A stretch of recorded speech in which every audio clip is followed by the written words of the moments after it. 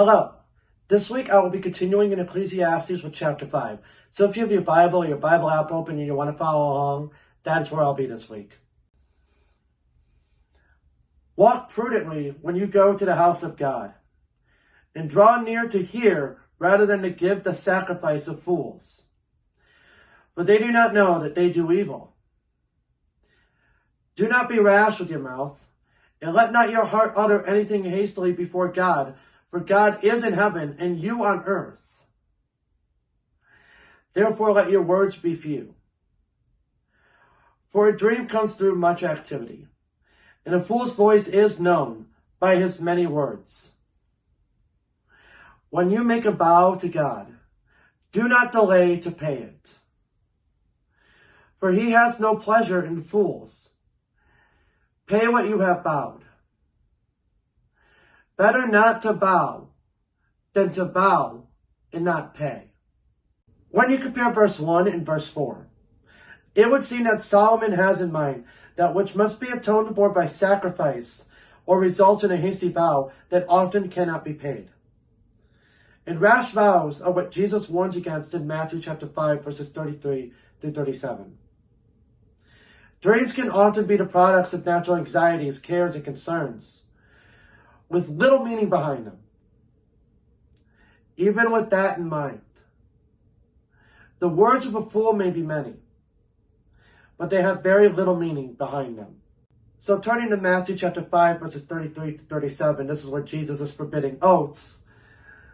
Again, you have heard that it was said to those of old, you shall not swear falsely, but shall perform your oaths to the Lord. But I say to you, do not swear at all, neither by heaven, for it is God's throne, nor by the earth, for it is his footstool, nor by Jerusalem, for it is the city of the great king. Nor shall you swear by your head, because you cannot make one hair white or black. But let your yes be yes, and your no, no. For whatever is more than these is from the evil one. Do not let your mouth cause your flesh to sin, nor say before the messenger of God that it was an error. Why should God be angry at your excuse and destroy the work of your hands?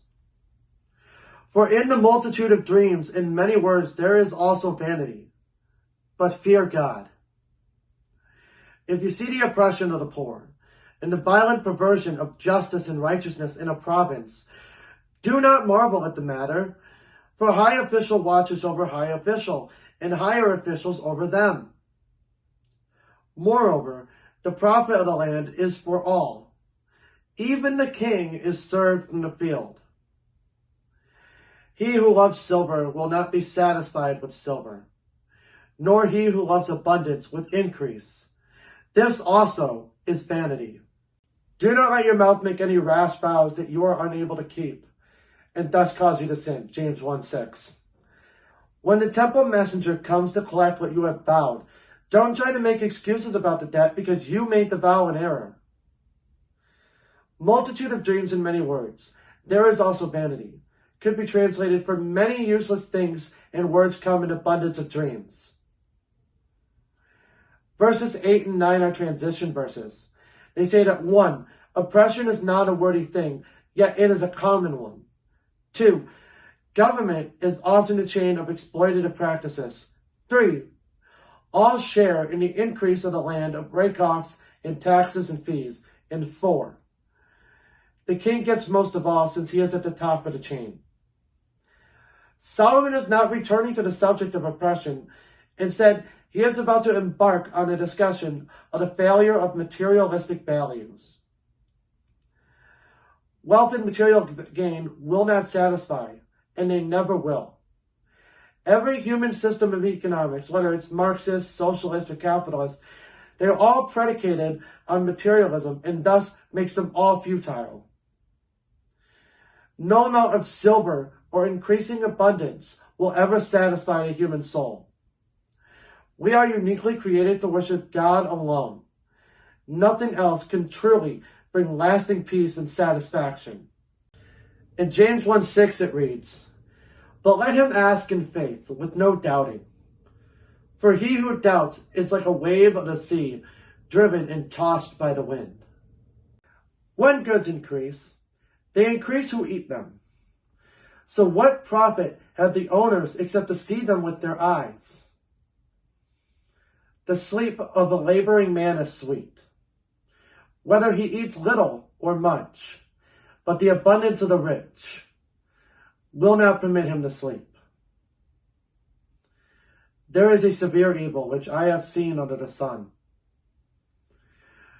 Riches kept for their owner to his hurt. But those riches perish through misfortune. When he begets a new son, there is nothing in his hand. As he came from his mother's womb, naked shall he return to go as he came. And he shall take nothing from his labor, which he may carry away in his hand. The more material gain, the more he finds himself beset by the things that deplete it. You are not going to take anything with you when you pass on to eternity. So, all of your labor is useless. God has given men his blessing in material form, and it is our duty to enjoy these blessings and to be content with them in moderation. And this also is a severe evil.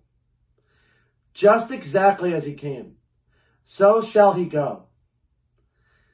And what profit has he who has labored for the wind? All his days he also eats in darkness, and he has much sorrow, and sickness, and anger. Here is what I have seen.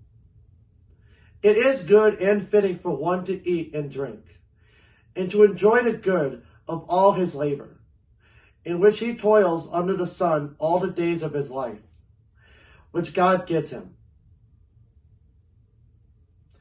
For it is his heritage. As for every man to whom God has given riches and wealth, and given him power to eat of it, to receive his heritage and rejoice in his labor. This is the gift of God. For he will not dwell unduly on the days of his life, because God keeps him busy with the joy of his heart. In verses 18 to 20, the preacher returns to the secondary theme once again. One cannot discover an absolute and ultimate value by the efforts in his life. He should at least receive what God has given him with thanks and enjoy it. Find a job that you can enjoy and do it with a thankful heart. Staying busy with the things that bring joy to your heart is a gift from the Lord. Thank you for watching. Next week I'll be continuing Ecclesiastes with chapter 6. I hope that you can join me. God bless.